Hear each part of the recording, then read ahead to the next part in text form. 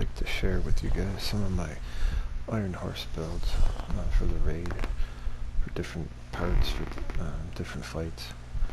I'll try to break them down, give you guys good explanations, and maybe some better ideas. And I've been using these builds for quite a while. They work for me. I'm comfortable with them. I know how they work.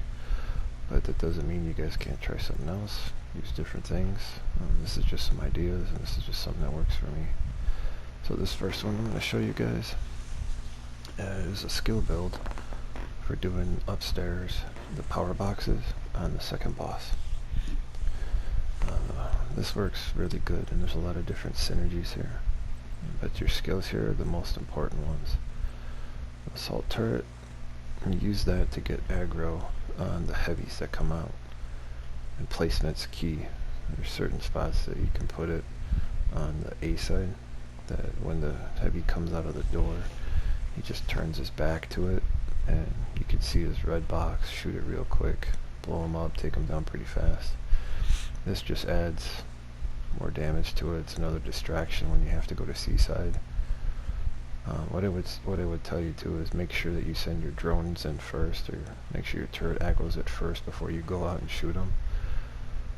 Once the drones and your skills have aggro, it's pretty easy to kill them. You can get around them, just shoot him in his box on C-side, and that's pretty much it. The Sweet Dreams is used to just to one-shot the melee them, the purples, because you don't want them to hit the power boxes too many times. Because if the power goes out upstairs, it's a big problem for a lot of people, and you need someone else to coordinate with you, flip the switch at the same time. It's just a real pain in the butt. The sidearm here, this is just from the Dark Zone. It doesn't really matter what sidearm you want to use. I just put this here just in case. But this gun is what really makes the build a beast. I used to use the Harmony, but I really like this assault rifle, the test subject. And then these pieces, except for the Hana U force multiplier, doesn't matter where you really put them. As long as you have 3 Hana U. And then you could put a Wyvern wherever. Same thing with the Murakami. Now the idea is, I want to do skill damage and weapon damage, but I want my skills to last for quite a while. And these ones do. You can see it's over 5 minutes for both of them. With a good group, it shouldn't even take that long. It's just to get all the the codes and stuff for the second boss. And the waveform is just like a cherry on top for boosting these things. I like using Spark. I haven't been brave enough to try Glass Cannon yet, but this works really well with combined arms, with the drones, with waveform, with InSync. It's just a lot of synergies working really well together. So that's my build for like soloing the upstairs second boss. Next build I'll go over some healing. It's future initiative. Run the 4 pieces.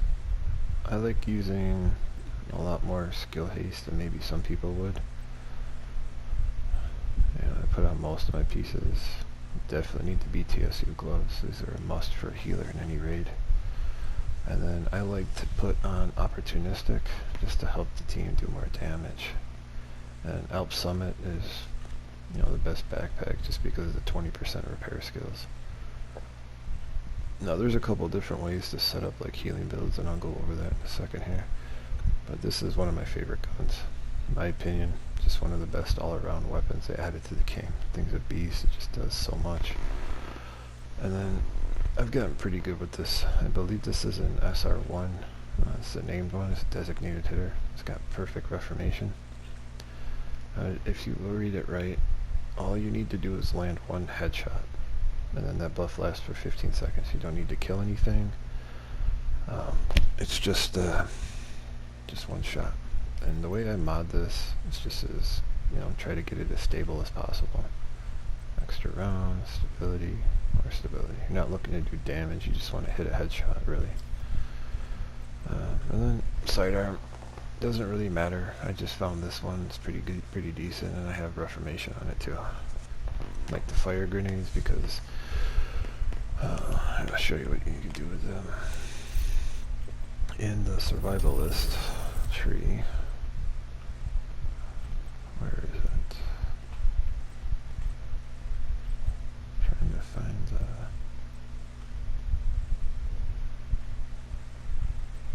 oh no, it's this one. Oops. That one right there. 10% bonus damage to anything with status effects.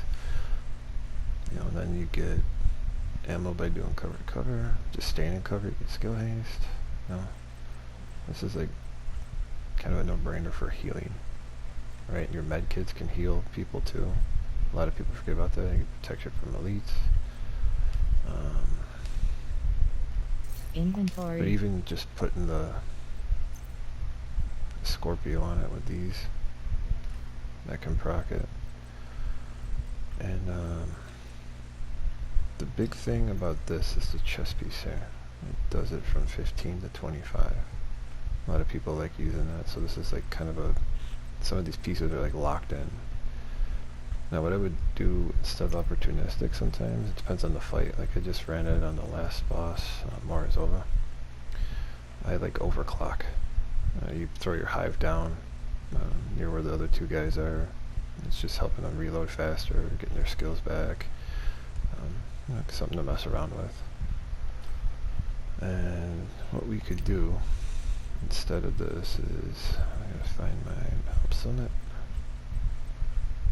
You could use this. You could do empathetic resolve, and you could switch to this, you know, featured backpack.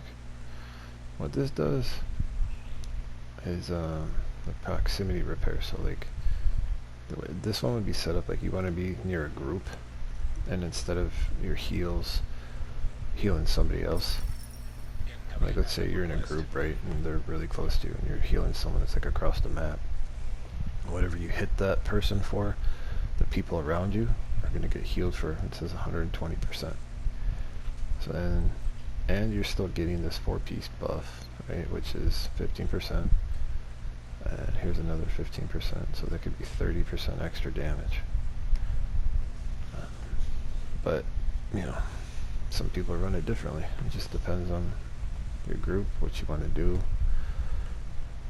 This would work on, you know, the first boss, not so much the second boss. You need a specific build to heal for that. Could work really well on the third boss, and even on the fourth boss. And then, you know, you're using your chem launcher. I'm still looking for a good heal mod. I'm gonna put haste in it too, because I just kind of feel like the quicker you can get back your skills, you know, the better. Because if a healer ever runs out of chem launchers for some reason, or doesn't have the charges come back enough, you're not doing much. Alright, so that's that. And here's a standard, you know, raid build DPS rifle. You know, Demolitionist, in my opinion, is probably one of the best specializations. Right? You can provide damage to cover, or damage to targets out of cover for people. This is what kind of comes in handy a lot. It's basically like unbreakable every time you get hit by an explosion, grenade launcher, mortar round, anything. And you get some pretty decent mods for turret. Armor kit's not terrible. You know, you ever pull out your grenade launcher, you just do a little extra damage, you get burn resistance. This can come in handy for building some like, you know, different builds to try and get like 100% like burn resistance, or maybe even some hazard protection stuff. And then this little thing gives you a 7% crit hit chance mod for like an underbarrel, when normally you can only get a 5. So that makes a little bit. And then Inventory. one of my favorite guns, M1A. I like boomerang. If you can get really good with headshots, you could use the same setup, just use rifleman. But this is, you know, a trusty secondary. And then run this TDI card, right? And it gives you a skill tier. One of the reasons behind that, and I learned this from other players, is your hive. Normally you only have one charge. But if you switch to it before you're trying to revive somebody, it'll give you a second charge. You can pick it back up and still have it for yourself. So this gun, it comes in handy. Right? And then here we go with just kind of a standard one, like I said, 3-piece Providence, right? I chose the mask, chest piece, and I'm running the gift. And then we're running Contractor's gloves, and then Fox's prayers, and then a Grupo holster. And like I said, I'm using the assault turret, using that mod from the class, just put as much duration in it, and Reviver Hive, use range health, and then I'm still looking for like a 10% Reviver armor repair. And then, crit hit damage as much as you can stack it. On the gun, I just got the chance, 5 rounds, and there's at 7%. Now I've set this up to be at 50%, because more often than not, there's at least one person that runs a Coyote's mask, and I got my crit hit damage at 200. This is just pretty standard. It's gun unbreakable. Like, there's a couple ways you could do some different stuff. So, for example, if you are going to be in a close fight, like for the first boss, if you guys are using weapon damage, Intimidate, really good talent to use. If you have a tank that gives you armor, or you can pair it with like Adrenaline Rush. In Overwatch, it's underused talent. It's kind of difficult to use sometimes. You gotta really get used to it, but it can help you and your team a lot. This comes in handy on the second boss, and let's see, the fourth boss big time, because these ads only come from certain doors, and you can throw your turret right in front of them, and they won't even have a chance to really make it out the door half the time you kill them quick enough. Now something I could do with this build too is I could use this Grupo thing, and then just switch this to a Providence. Right? Just kind of switching things. Like, a lot of pieces can be interchangeable, but these three are pretty much like, set in stone. Perfect Vigilance, can't really beat it. And the reason these pieces are king is because of the damage to armor and the damage to targets out of cover. They're what they call multiplicative damage, where everything else, like crit hit damage, headshot damage, they get added together to kind of figure out the formula for your weapon damage. Some other stuff I could do with this is maybe, where do I have it? Just showing you guys some different things here. Obliterate could be something, but it's kind of hard to rock with a rifle. It's really good for fast-firing weapons like an assault rifle, some SMGs, maybe even an LMG. Glass cannon, I would really only recommend it if you're comfortable enough to know where you need to do and be in the right place at the right time. Just getting hit by a couple stray bullets could be enough to take you down, and if you catch a grenade when your protection's down from your specialization, it pretty much will one-shot you. So this is kind of use at your own risk kind of thing. Right? So that's pretty standard. Let's see what else I got to show you guys. Okay, so this is a 100% hazard protection build,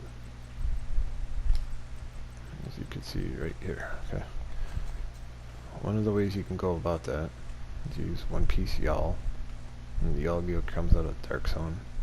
Or if you're lucky enough, you can get caches, or try to pick up like a Hollow Man like I got here from the vendor. Then you got 3 pieces of 511, right? Because the set bonus gives you the incoming repairs, and the health, and the hazard protection. And then 2 pieces of Seska. And I'll tell you the same thing like I told you on all the other ones. Like, these pieces are interchangeable. It just depends on what you get. You don't have to use the Hollow Man. You could use anything you really have and put the Yawl piece, as a backpack, chest piece, whatever.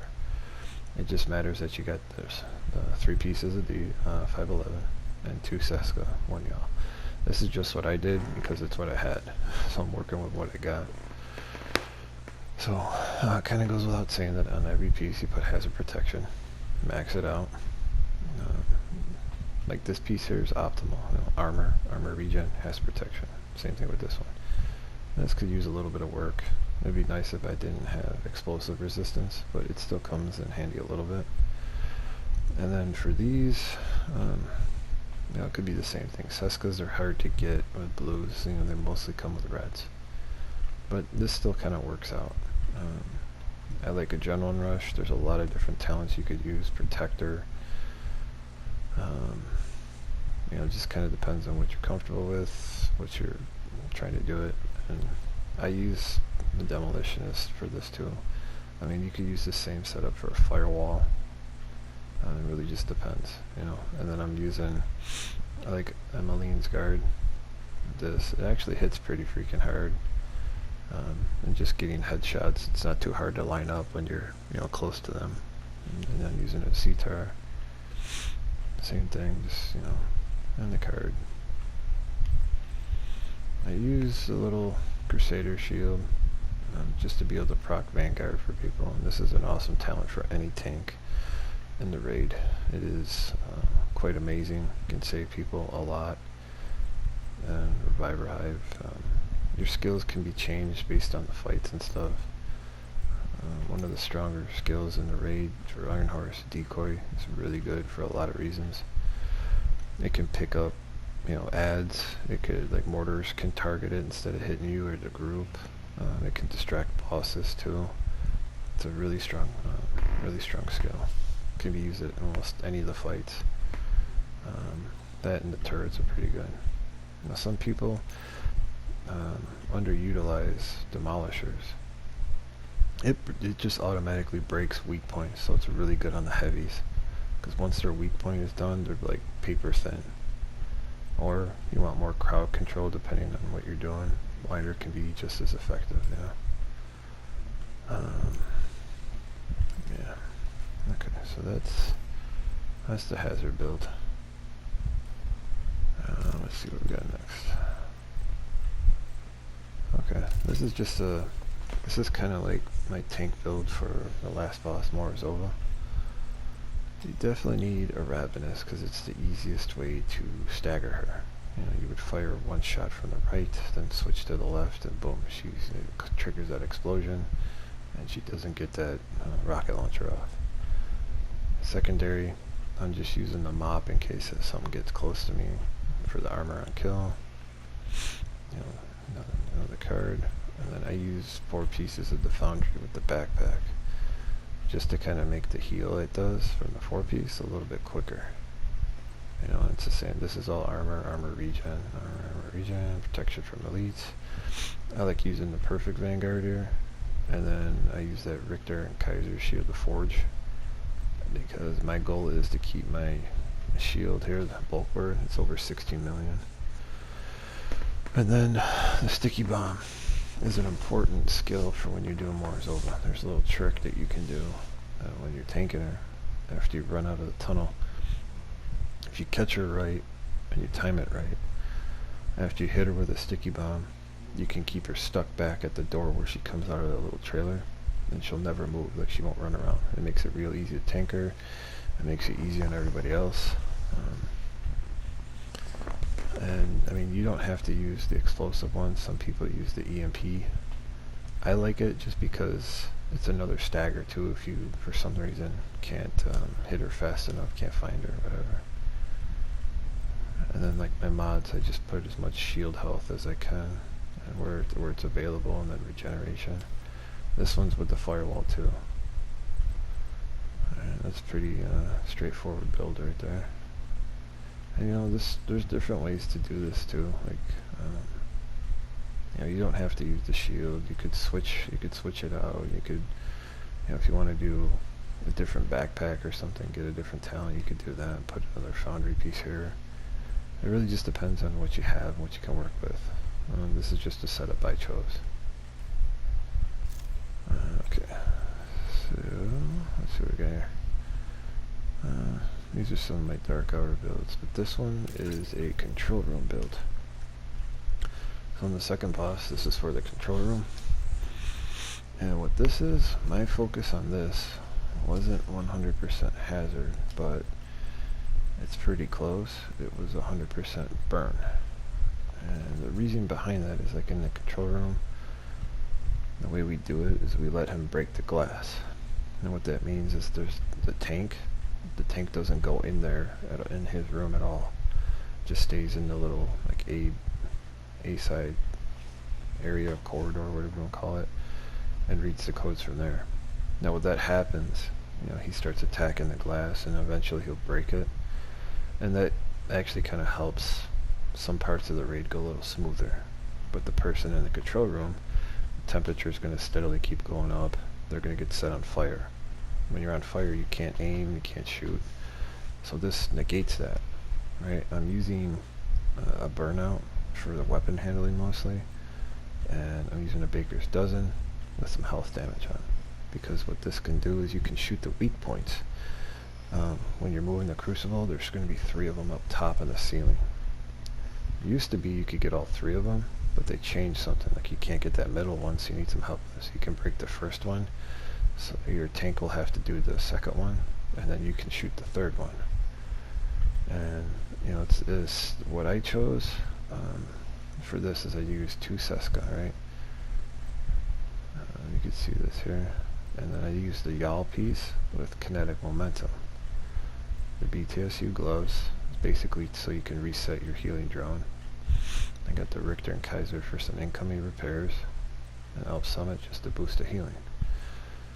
Now, these skills aren't maxed out, and I'm also modded just as much repair skill as I could get.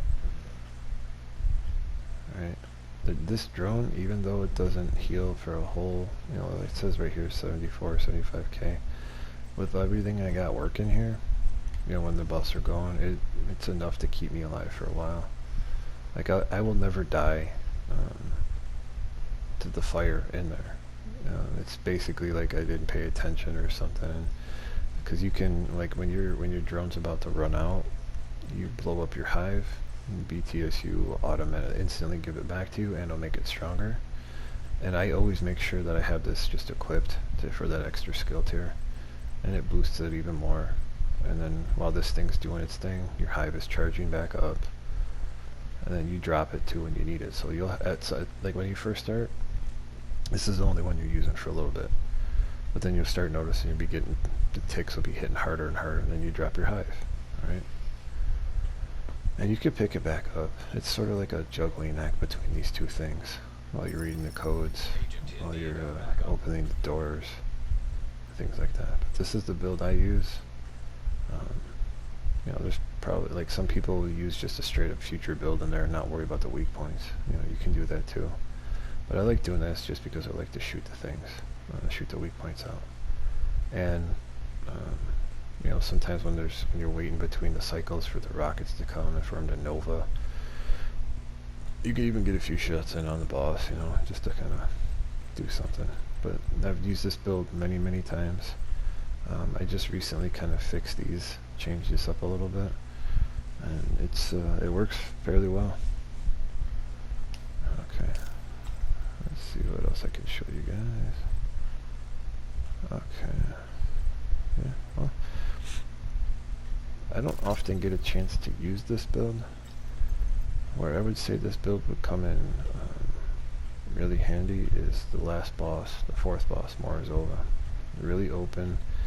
There's snipers that spawn at specific spots, and this is a perfect chain killer build. As much headshot damage as I can get. And as you can see, it's over 300%. You're not really worried about crit hit chance, not really worried about crit damage. This is what you're worried about. The only trick is actually hitting the headshots.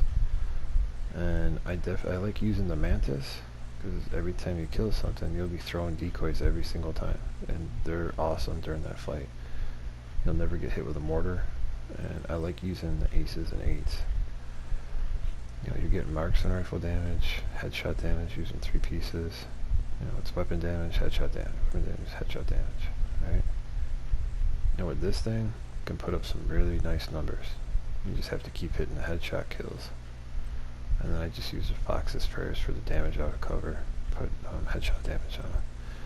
And then a Raldi, just to make your marksman rifle hit harder with vigilance. And then I like the White Death too. I put naked on it because I'm just, like I said, I'm just trying to stack as much headshot damage as I can. You know, have this, have the cardigan just for the Reviver Hive. And, you know, flashbangs in case the ads get close to you or something, you know. There's a lot of different places you could set up in there on that fight, depends on which side you're on. I would say the right side has better cover for you to get a better view. And you can even help with the rockets if you know, you take the snipers out, take the rocket guys out and help out. You can even get proc chain killer, right? You fill that little buff up and switch to your TAC 50. Do some serious damage on those heavies too, if not one shot them. Some people, you know, could use the Nemesis too. I mean, it hits a lot harder. It just fires super slow. This one's pretty easy to control, and you can see, you know, the stability on the Nemesis isn't even half of what. Maybe it's a little more than half. That's a little more accurate. So it's kind of like, you know, you could try them out. But like I said, Mantis works really well with decoys. That's like if you got a pretty solid team, you know, it helps. And this build, okay, this is a tactician. It's an overcharge build, Purple Hive, and Overwatch. I just kind of threw this together because the way we do the first boss, we don't let the healer overcharge, we just let them focus on healing. Somebody else does it. And this is just sort of like a skill build, right? What I was kind of going for was just as much duration. Like I like this just because I'm going to be shooting a capacitor to build up stacks, and then shooting the oxidizer at the boss. This is a build specific just for the first boss. And then the Purple Hive is just to help with damage for the turrets that we use to kind of distract things.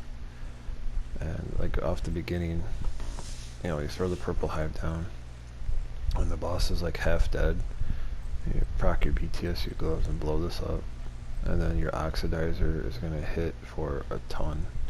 The ticks on it could be somewhere like 400 or 500 a tick, like every second, and you just keep using your capacitor. So it's like you get the stacks up to 40, shoot an oxidizer, right?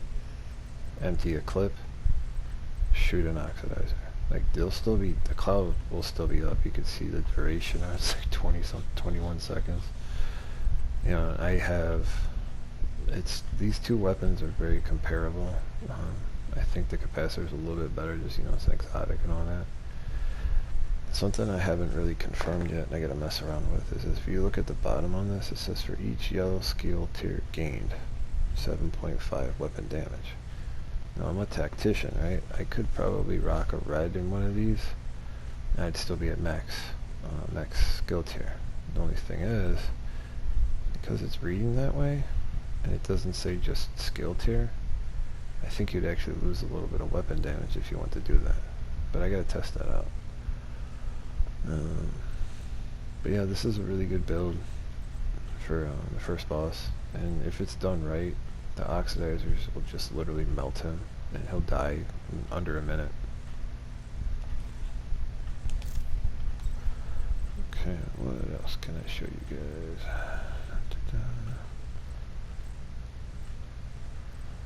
Okay, this could be in any raid really. I would say kind of a basic gunner assault rifle build. With any build, I would say play with what you're comfortable with. You know, I like the FAMAS for a thing like that. Ads are a little bit close. You know, Measured is an amazing talent on an assault rifle, and then I like the M4 for like if they're a little farther away. You can kind of see the range drop off. Like this one's better like farther away. This one's not so much. And then I rock my orbit. this one I'm using the Coyotes mask, and I like using Spotter with the pulse. Now, some people use Spotter as a tactician, but I think that's kind of a waste in a way. You know, I think that'd be really good in dark hours, but not for Iron Horse. And then I'm using 2 pieces of Providence, still rocking the Contractors and the Foxes. Now if you wanted to change the build up, you could drop this mask, and then you would just use, you know, your Providence. And you got 3 pieces. You get some more, you know, but the crit hit damage will still come from this depending on how far you are shooting away. So that's kind of what I went with that. You know, then you run a Reviver Hive. But your mods are crit damage, and you can see the stats I got on it. You know, these are a little bit lower than like a rifle build, but it still hits pretty hard. Especially if you're hitting headshots. But this, you know, you could change to whatever. You know, like instead of this chest piece, instead of Spotter, you want to look for something else. You could try Obliterate. Obliterate's, like I said, a really good talent. You could even, you know, just ditch the Fenris altogether. Rock Glass Cannon. Maybe use a Fenris mask. You know, a lot of different ways to do it. Depends on what gear you have and what you want to use. You know, and I like the Gunner with the Pulse, just because it gives you, you know, the special mods that are better in every way. And the Pulse can help too. Like if it gets overcharged and you pulse, anybody shooting at it, it does amplified damage. Along with that, along with its built-in, you know, overcharge thing, you can see. Where is that? Let me show you guys. Yeah, you see that weakness exploit? It's hard to see, but I think it's like 15-20%. I can't remember what it says. And then, let me see here. Something I was playing around with. Haven't had a chance to try out yet. Talent called Focus. It is probably one of the highest talents for weapon damage. There's the Pristine Example. It's an Araldi Holdings one. It gives you 60%. So there's a couple catches though, right? You have to be aiming with it 8 times or higher. It's like the 30% headshot damage. Or there's one that's, you know, 35, or if you're a sharpshooter, there's the 45 one. It should work on all 3 of them. But when you're aiming like that, it's really hard to move around. So you're basically stationary. I chose to use 2 pieces of Walker and Harris. So weapon damage, or damage to armor. And basically keep the same parts of my other DPS builds. And still, excuse me, and still use the same rifle.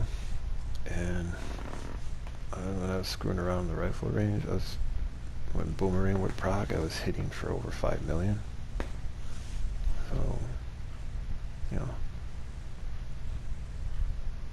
and you can play around with it too. Like you can swap pieces out and see what you guys think. But this is some of the ways to just get some really good DPS. This could work like on Lieutenant Grey too if people are using weapon damage instead of skills. Because you're really just going to be standing still for most of that fight. And I think in the 3rd boss too, like when you guys are trying to kill him, you guys are on the 2nd platform or 3rd platform, whatever, you're really not moving around a lot, and it's a DPS race to kill him. Could be a good build to try out. I haven't had a chance to test it yet in a real raid. But yeah, these are some of the builds I've kind of played around with. Some of the other stuff you guys are seeing are just random things, like having tips in a raid is just, if you have to switch builds a lot, you know, you can just get your special ammo if you need it. Kind of comes into play more like on Razorback, for Dark Hours, last boss on Razorback. Let's see what else I show you. This one, this is a fun build. This is like the tearing out the weak points on Razorback. The Ravenous paired with a hard-hitting D50 and a gunslinger. And you got some, you know, I use Glass Cannon, Vigilance. Oh yeah, Punch Drunk. Fox's Prayers. You know. There could be some different ways to do this, because if you read this, when you're proccing this, it's headshot damage. So you could stack headshot damage on all this stuff. What you do with this though, the Ravenous trick, is you start out on the left shoulder. You have to shoot it 5 times. Switch 1 to the red on the right, and you go back to the left again, do 5 times, and then switch to the red, do it once, and then you quickly switch to your gun, and if you hit the weak point, because of this, like fully loaded, I've hit over 200 million on it. I'm sure people could probably hit higher if there were debuffs and shit. But this, to me, is one of the most fun builds. It works really well when you're on plates. I usually do plate 2 with the, you know, demolition as a grenade launcher, or you could do it from plate 4. Because typically speaking, the jammer would be on 1 with a crossbow, and in the back on 3 would be another crossbow. But, you know, people could run them however they want to set it up. And then this one, let me see if this is good. This is just status effect build. So much fun. So much fun using this. Vial, it just makes it a lot of fun. Does extra damage. Eclipse Protocol, right? Everything is status effects. I use skill haste just to get it back. And then I like the firm handshake. Some people mess around with like golden pieces. You know, there's different ways to set it up. This is just what I chose, you know, because I like using the Banshee, the name Banshee, the Grudge, for the perfect vindictive. The only thing you need to do to proc it is just to get that killing blow. Like your skills, like I like using Riot Foam, lock them in place, fire sticky bomb them. You know, and if this is ever on cooldown, you could throw fire grenades. You know, this, you know, puts poison, put disorient shock. You know, you could use fire. You put a grenade on something like a heavy bleeding, so you got a ton of different debuffs, and if you kill it, they just spread everywhere. You know, and if you go, it's really fun running on heroics. This can be run in raids. Like I said, it really just depends on your group. Where I would see this being probably the most effective is like the 3rd boss in Iron Horse. And it would be kind of tricky because like after you get them done off the machine gun turrets, if you get a person to Riot Foam them, you know, it's a different strategy. You can keep them stuck up there, and if you can kill him, when he drops the key, it would go to like everybody, or it would drop up on the 3rd platform, and then they could just put the key in right away. It's kind of more for like, you know, speed running or just trying out a different strategy, like, you know, the 3rd boss. But this is kind of the idea of like a status effect person. Now you could make the same kind of build with all gold, you know, instead of this Eclipse, you probably find something with Creeping Death on it. And Creeping Death just works kind of the opposite. As soon as you apply the debuff, it spreads it. And Eclipse is like after you kill it. Plus it's got some like amplified damage stuff here. You know, it changes the range and stuff and refreshes the debuff. That's what you'll miss if you use like all gold. So there's pros and cons, you know, and you can try out different things. Really good talent for any kind of weapon. If you're not going to use Vindictive is what is it? Perpetuation. But there's a perfect one. I forgot what it was called. I don't know. I know I have it in here somewhere. These are some of my weapons. I'm looking for that name piece. It's a rifle. What is it called? You could even use that with the Pyromaniac too. That's a good weapon to use.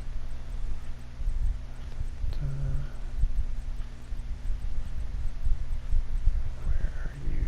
Okay, we're coming up to him. Everlasting Gaze. That's the one. It's got perfect perpetuation. Yeah, but I swapped it out for the Grudge. So I mean, just like I said, it just depends what you want to do. And for this, it's just hitting a headshot. It's like Reformation. You don't have to get a kill, just a headshot. And then you put whatever debuff you want on. And with this one, your skills, you can use whatever. You can use shock trap, you could use blinder. Blinder's a lot of fun too. You know, whatever you really want. And those are some of my builds for the raids. Just kind of recap. This is a jammer build for Dark Hours. But yeah, we're talking about Iron Horse. So yeah, I hope this helps. Gives you guys some ideas. You know, there's really no limit to what you guys can build, what you can make. You know, you just check your stashes, take a look at what you got. You know, I've even tried messing around with some True Patriot stuff. It's a really cool set to use. A Striker even. Striker can do really good on like the first boss. Targets that don't have to move around a lot, you know. What else we got? Tardigrade is always a good piece to have in the raid. At least one person should run it just in case, because you never know what will happen. And just some talents too, like Trauma. Trauma's not bad, but there's some better ones, you know. Trauma's good in like Dark Hours, but not so much. I mean, it could work in Iron Horse too. You know, there's a lot of things people can mess around with. Let me see what we got here. The Memento. You could even make builds for this because some of the fights, they're pretty long and you're constantly killing ads, so you could stack up trophies and stuff. Just locking down doors, things like that. You could even pair it maybe with Hunter's Fury. You know, and they could work really good, really well with some good synergies, you know.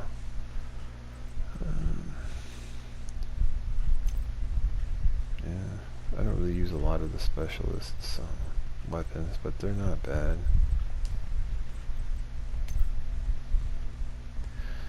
And I've always wanted to kind of try this out.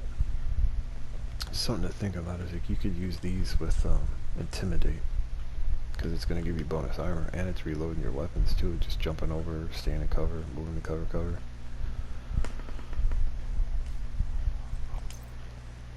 If you ever want to mess around with Ridgeways, so many ways you can build this. I think one of the easier ways is messing around with Ongoing Directive. And you could run it in a raid. You know, you could run it in Iron Horse. I would be careful what weapon you pick. You know, a lot of people don't really use like LMGs, but the Carnage could be a good one. Let me see if I can find it in here.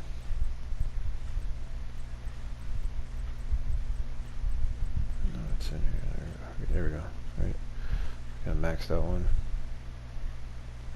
And then like with Ongoing Directive, you're gonna have like almost 135 rounds of hollow points every time you get kills. So you'll never run out of like hollow point things. You'll definitely run it as a gunner. You know, there's just a lot of ways to do it. Just depends on, you know, what you have, what you think you can pull off, getting comfortable with the play style, learning how it works. Just, you know, different things like that. So I hope this helps. Anyway, you guys take care.